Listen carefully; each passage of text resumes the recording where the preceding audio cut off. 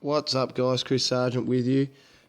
Today I thought, if you've been following along with a few of my recent videos or along with my Instagram account, you often hear me talk about compound movements.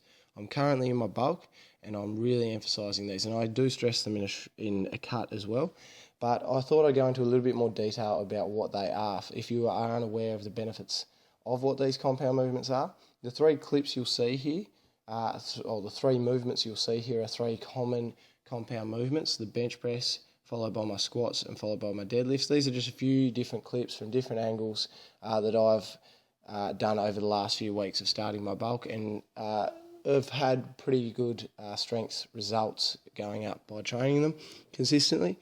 Now, into what they actually do. Now, the obvious, you're working more muscles. I'm sure we're all aware of that. You're working gross, big muscles, you're working more at a time. But why is that important? Why do we need to work more at a time?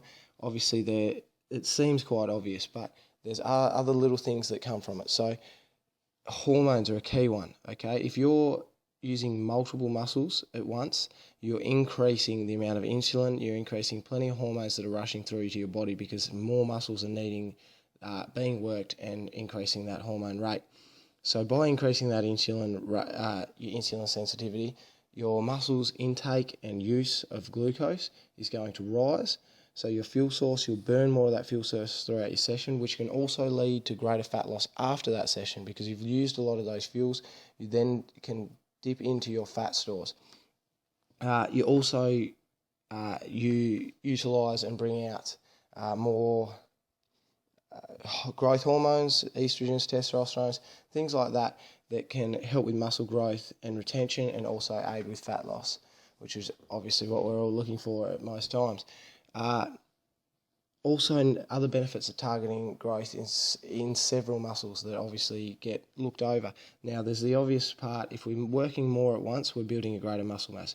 If you're in there just doing an isolated movement, which I certainly think there needs to be plenty of, but if I'm there just doing a bicep curl, my biceps, the main focus there, it's not really targeting any other muscle group.